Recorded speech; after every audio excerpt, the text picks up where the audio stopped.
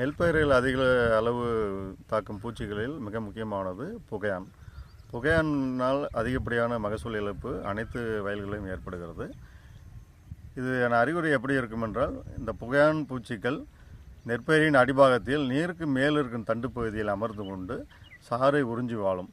இதுவாறு சாறை உறிஞ்சுவதனால் பயிரின் மேல் பகுதியில் வெளிரி புகை அடித்தது போல அங்கங்கே தீய்ந்தது போல திட்டு திட்டாக காணப்படும்.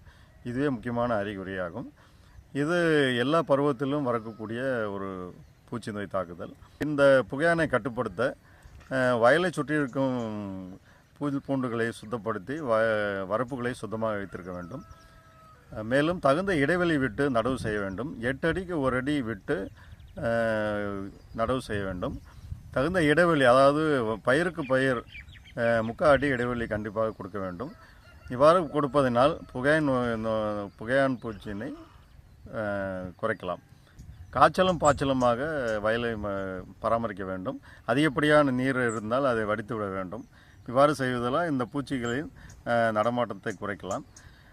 இதனை கட்டுப்படுத்த வேப்ப எண்ணெய் 3% வயலில் தெளித்து இந்த புகையான் பூச்சிகளை கட்டுப்படுத்தலாம்.